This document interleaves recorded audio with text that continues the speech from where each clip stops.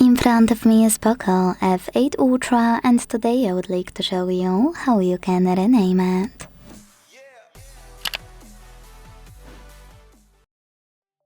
All you need to do is open Settings and tap on About Phone at the top.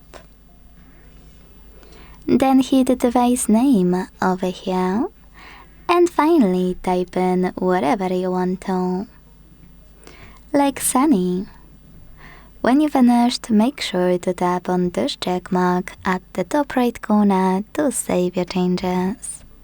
So when I do that, as you can see, my POCO was successfully renamed. Thanks so much for watching. If you enjoyed this video, leave a like, comment and subscribe. Bye!